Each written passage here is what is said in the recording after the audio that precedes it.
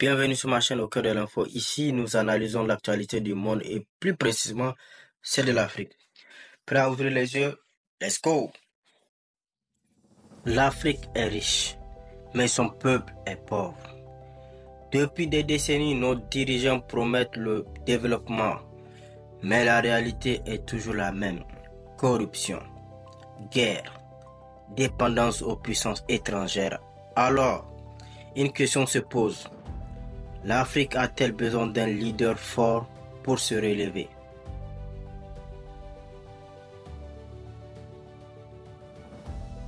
Pourquoi un leader fort est nécessaire? Vous voyez tous ces développements? Bien sûr qu'il y a eu un travail en amont. On peut citer l'exemple de 3 pays. On connaît la France de Charles de Gaulle, celui qui a instauré la 5e République française en leur donnant une constitution stable, qui profite à la France jusqu'aujourd'hui. On connaît la Chine de Mao Zedong, c'est lui qui a instauré le régime totalitaire et dictatorial et posé les bases solides pour l'économie de la Chine d'aujourd'hui. On connaît la Russie après la chute du mur de Berlin. C'est grâce à M. Vladimir Poutine que la Russie a su retrouver sa puissance. Tous ces pays ont eu des leaders forts avant d'atteindre leur puissance actuelle. Pourquoi? Parce qu'une démocratie ne peut pas fonctionner dans un pays en chaos.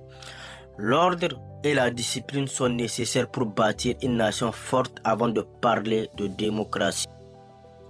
En Afrique, nous pouvons prendre l'exemple de 2 présidents, notamment le guide libyen Muammar Kadhafi et le capitaine Ibrahim Traoré du Burkina Faso actuellement. Kadhafi, pour certains un dictateur, pour d'autres un visionnaire. Sous son règne, la Libye était l'un des pays les plus développés d'Afrique, avec l'éducation et la santé gratuite et avec une monnaie forte. On se souvient tous du discours de Kadhafi aux Nations Unies où après il a déchiré la charte des Nations Unies. Ça, c'est un leader fort qui est capable de prendre des risques pour son pays et pour son peuple. Il dérangeait les grandes puissances et il a été éliminé en 2011. Quand un leader africain veut libérer son peuple, il devient une menace. Aujourd'hui, un leader comme Ibrahim Traoré au Burkina Faso suit un chemin similaire. Il refuse la soumission, renforce son armée et veut assurer l'indépendance de son pays. Mais combien de temps avant que l'Occident ne tente de l'éliminer aussi? Un leader fort est une cible. À l'opposé du Congo, le Grand Congo, de Félix Antoine Tshisekedi, la RDC est l'un des pays les plus riches en ressources, mais aussi l'un des pays les plus instables. Face aux attaques du Rwanda via le M23, que fait réellement M. Tshisekedi? Beaucoup de discours, mais aucune action forte sur le terrain.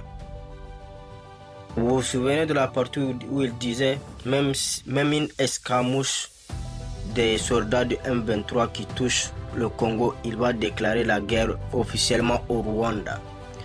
Mais aujourd'hui, la ville de Goma est prise en étau par les soldats du M23. Toujours aucune action. Un pays riche avec un leader faible est une proie facile. Si la RDC avait un président avec une main de fer, ce pays serait déjà une puissance militaire économique. Mais quand le leader hésite, le pays souffre. Alors, la question est simple. L'Afrique a-t-elle besoin d'un leader fort pour avancer?